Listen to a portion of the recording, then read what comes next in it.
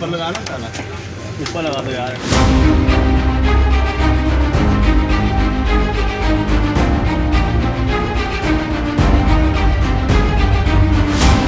پاکستانی سیاست میں راولپنڈی کی پہچان لال حویلی، جسے قیام پاکستان سے پہلے سہگل حویلی کے نام سے جانا جاتا تھا، آج صبح متروکہ وقف املاک بورڈ نے سیل کر دیا ہے، جس کے بعد مرکزی گیٹ پر تالے لگا دیے گئے۔ متروکہ وقف املاک بورڈ کے حکام کا کہنا ہے کہ شیخ رشید اور ان کے بھائی پراپرٹی پر غیر قانونی طور پر قابض ہیں اور لال حویلی سے متعلق کوئی مستند دستاویزات پیش نہیں کر سکے۔ یہ بتائیے گا کہ جو رجسٹری کے دعویدار تھے شیخ رشید کے، ان کے پاس رجسٹری ہے D1580، اس کا کیا اسٹیٹس ہے؟ رجسٹری کینسل ہوگی نا، اس کا اختیار جو ہے اپنا چیئرمین صاحب کے رجسٹری اور DPD کینسل کرنے کا، اس کا سارا ریکارڈ چیک کرنے کے بعد پروسیڈنگ کرنے کے بعد اس کا فیصلہ ہو گیا، اس فیصلے کے بعد یہ کر متروکہ وقف املاک کے حکام نے اس سے قبل بھی لال حویلی کو سیل کرنے کی کارروائی کی تھی، مگر شیخ رشید عدالت پہنچ گئے تھے، جس کے باعث آپریشن روک دیا گیا تھا۔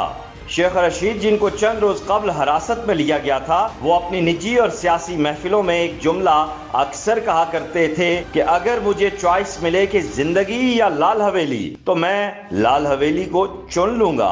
شہر کے بالکل وسط میں بوہڑ بازار میں 100 سال سے زائد عرصے سے لال حویلی کھڑی ہے۔ کبھی یہ حویلی محبت کی علامت ہوا کرتی تھی، جو آج کل عوامی مسلم لیگ کا پبلک سیکریٹریٹ اور پارٹی کے سربراہ اور سابق وفاقی وزیر شیخ رشید احمد کی ملکیت بتائی جاتی ہے اور سیاسی سرگرمیوں کے مرکز کے طور پر جانی اور پہچانی جاتی ہے۔ کہا جاتا ہے کہ اس حویلی کو شاہ راج سہگل نے سیالکوٹ سے تعلق رکھنے والی ایک جوان سال مسلم رقاصہ باندھ بائی کے لیے تعمیر کروایا تھا۔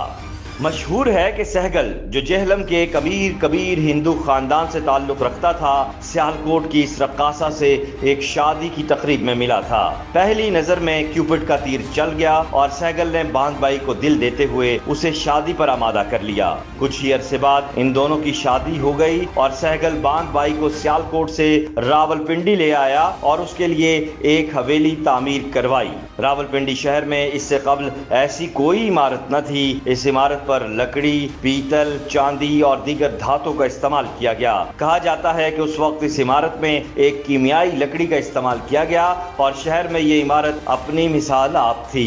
عمارت 2 حصوں پر مشتمل تھی، جس کا ایک حصہ مردوں کے لیے استعمال کیا جاتا تھا، جبکہ مرکزی اپارٹمنٹ اور دیگر حصے خواتین کے لیے مختص تھے۔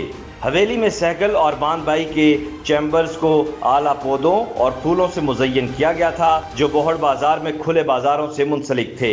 باندھ بائی نے لال حویلی میں منتقل ہونے کے بعد رقص چھوڑ دیا تھا۔ راج سہگل نے حویلی کے اندر باندھ بائی کے لیے ایک مسجد بھی تعمیر کروائی تھی، جبکہ اپنی عبادت کے لیے ایک مندر تعمیر کرایا تھا۔ قیام پاکستان کے بعد یہ حویلی ایک مہاجر کشمیری خاندان کو الاٹ کی گئی تھی اور شیخ رشید کے بقول اس کو ان کے خاندان نے 5 لاکھ روپیہ سکہ رائج الوقت میں خرید لیا تھا۔ شیخ رشید احمد کے بقول حویلی سن 1985 سے ان کی ملکیت اور سیاسی مرکز ہے۔